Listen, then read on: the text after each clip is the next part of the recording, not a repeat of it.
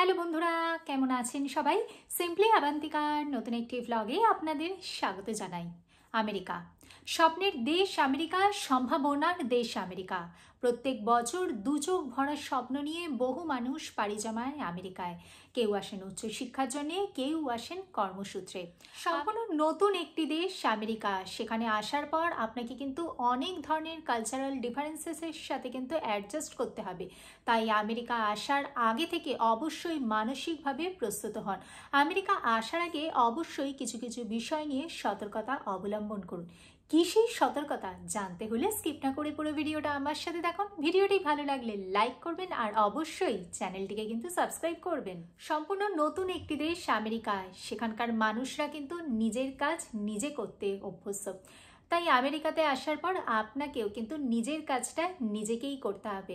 সেখানে বলতে পারেন আপনাকে রান্না করা থেকে শুরু করে ঘর গৃহস্থালির সমস্ত কাজে আপনাকে পারদর্শী হতে হবে।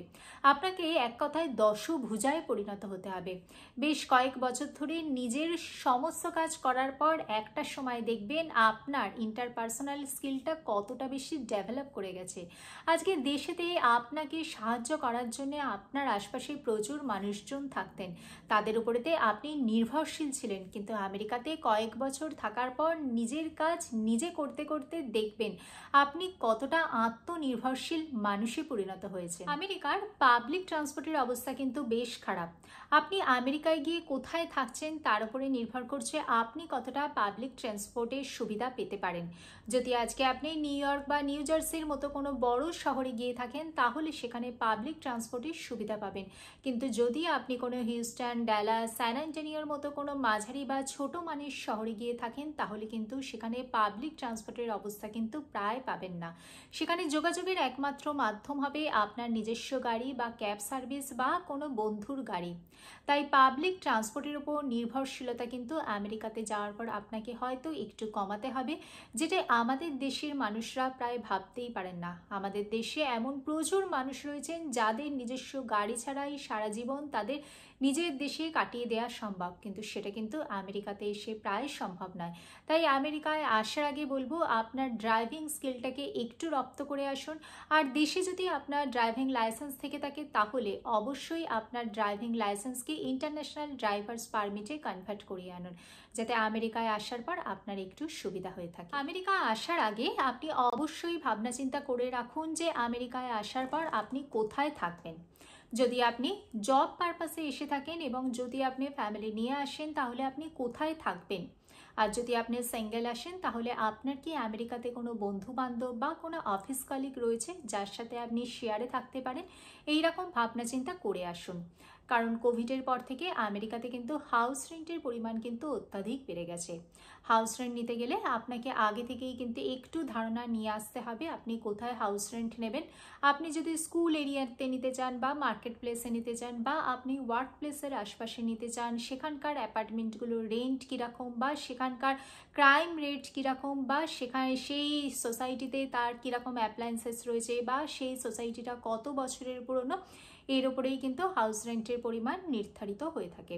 এছাড়া যদি আপনি পড়াশোনার জন্য আসেন তাহলে আপনি এসে আমেরিকাতে কোথায় থাকবেন, আপনি যেখানে থাকবেন সেখানে কি হস্টেল ফ্যাসিলিটি অ্যাভেলেবেল রয়েছে কিনা, বা আপনার আমেরিকাতে কোনো বন্ধু বান্ধব রয়েছে কিনা যার সাথে আপনি শেয়ারে থাকতে পারেন, এই সম্পর্কিত কিন্তু ভাবনা চিন্তাগুলো আমেরিকায় আসার আগেই কিন্তু করে আসে। আমরা আমেরিকার মেডিকেল সিস্টেম সম্পর্কে হয়তো কম বেশি অনেকেই জানি, বিশেষ করে যারা ফিল্মি দুনিয়ায় রয়েছেন বা যারা সেলিব্রিটিস তারা হয়তো অনেক সময়তেই তাদের ট্রিটমেন্ট করার জন্য আমেরিকায় আসছেন, এরকম খবরও আমরা কম বেশি পেয়ে থাকি। কিন্তু আমরা যারা মিডল ক্লাস মানুষজন আমেরিকাতে বসবাস করি তারা কিন্তু আমেরিকার মেডিকেল সিস্টেম সম্পর্কে অতটা কিন্তু ভালো মত পোষণ করি না, কারণ এখানে মেডিকেলের যে খরচা সেটা আমাদের মধ্যবিত্তের আয়ত্তের বাইরে।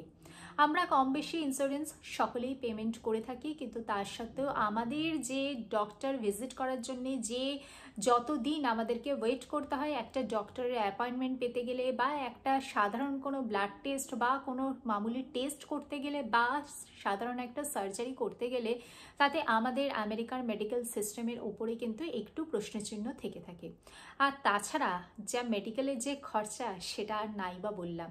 তাই আমেরিকায় আসার আগে অবশ্যই কিন্তু আপনারা এই সমস্ত বিষয়ে ভাবনা চিন্তা করে আসবেন।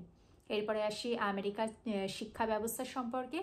আমেরিকার পাবলিক স্কুলগুলোতে কিন্তু বাচ্চাদের 18 বছর পর্যন্ত শিক্ষা ব্যবস্থা কিন্তু ফ্রি। তাই যারা সন্তান সহকারে আমেরিকায় আসবেন তারা কিন্তু এই ব্যাপারটাও কিন্তু একটু মাথায় রাখবেন। 18 বছর পর্যন্ত পাবলিক স্কুলে পড়াশোনা ফ্রি, এবং প্রাইভেট টিউশনেরও কিন্তু সাধারণত দরকার পড়ে না।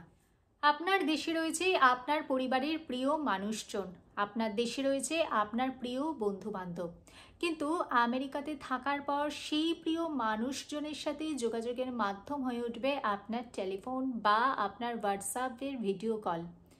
আপনার দেশে যখন দিনের বেলা, আমেরিকাতে তখন রাত, আর আমেরিকাতে যখন দিন, সেখানেতে তখন রাত। তাই আপনার যোগাযোগের যে টাইম ডিফারেন্স সেটা কিন্তু বিশাল বড় একটি ফ্যাক্টর হয়ে দাঁড়াবে।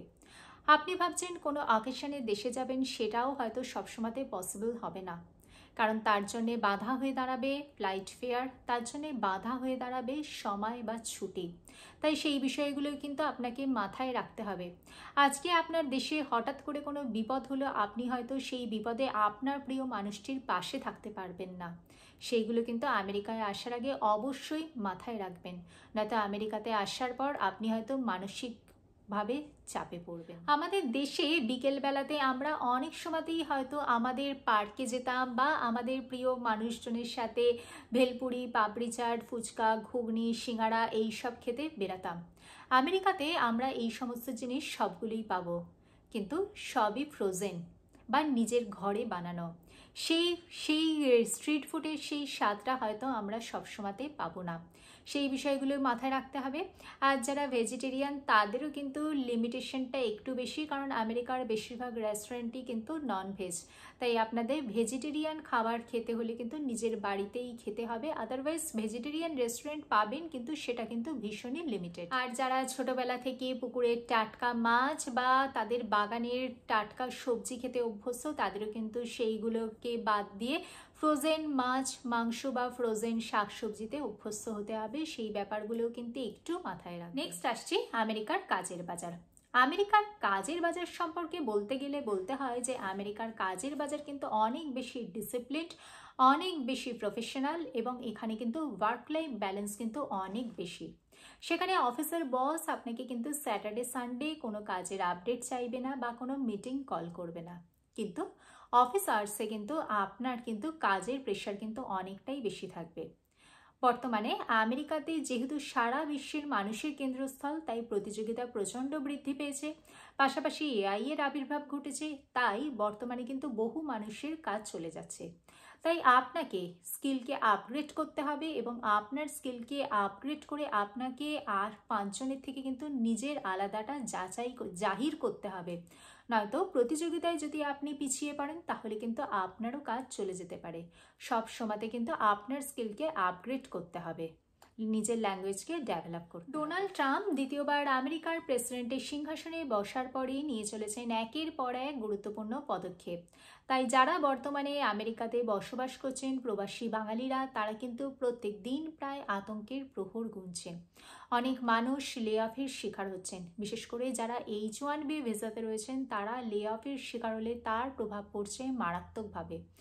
তার প্রভাব পড়ছে তাদের সন্তানদের ভবিষ্যতের উপর। এর পাশাপাশি রয়েছে ভিসা সংক্রান্ত বিভিন্ন ধরনের জটিলতা, বিশেষ করে যারা H1B ভিসাতে রয়েছেন তারা লে অফের ভয় পাচ্ছেন, যারা স্টুডেন্ট ভিসাতে রয়েছেন তারা তাদের কর্মজগৎ সম্পর্কে চিন্তিত, যারা ডিপেন্ডেন্ট ভিসাতে রয়েছেন তারা তাদের ভিসা স্টেটাস নিয়ে চিন্তিত। আমেরিকার প্রবাসী বাঙালিরা কিন্তু মানসিকভাবে কিন্তু ভীষণভাবে চিন্তিত এবং পরিশ্রান্ত। আমরা যারা বহির্বিশ্বের মানুষজন, যারা বহির্বিশ্ব থেকে আমেরিকার প্রবাসী বাঙালিদের দেখছি, তারা কিন্তু তাদের সোশ্যাল মিডিয়াতে বিলাস ব্যসনপূর্ণ জীবনযাত্রার ছবি দেখছি। তারা কিন্তু জানি না তাদের কঠিন মানসিক পরিস্থিতির কথা। বিশেষ করে 2025 সালে দাঁড়িয়ে প্রবাসী বাঙালিরা মানসিক দিক দিয়ে কতটা শান্তিতে রয়েছে তার খবর কিন্তু আমরা কেউ রাখি না। আমি এই ভিডিওর মাধ্যমেতে কারুকে চিন্তিত বা কারুকে কোনো নেগেটিভ কমেন্ট করছি না। আমি এই ভিডিওর মাধ্যমে 2025 সালে আমেরিকায় বসবাসরত প্রবাসী বাঙালিদের কঠিন মানসিক পরিস্থিতির কথা তুলে ধরার চেষ্টা করছি। আমেরিকায় আসার আগে অবশ্যই কিন্তু এই কতগুলি বিষয় সম্পর্কে আপনারা সতর্কতা অবলম্বন করবেন এবং মানসিকভাবে প্রস্তুতি নিয়ে তবে আমেরিকার মাটিতে পা দেবেন। আমেরিকা ভীষণ সুন্দর একটি দেশ, সেখানে সম্ভাবনার বহু দিক রয়েছে, কিন্তু সেই সমস্ত দিক থেকে আপনাকে যদি কিছু অ্যাচিভ করতে হয় তাহলে কিন্তু আপনাকে আমেরিকা আসার আগেই মানসিকভাবে প্রস্তুত থাকতে হবে। ভিডিওটি ভালো লাগলে লাইক করবেন, চ্যানেলটিকে সাবস্ক্রাইব করবেন। দেখা হচ্ছে পরবর্তী ভিডিওতে। ভালো থাকবেন, সুস্থ থাকবেন। নমস্কার।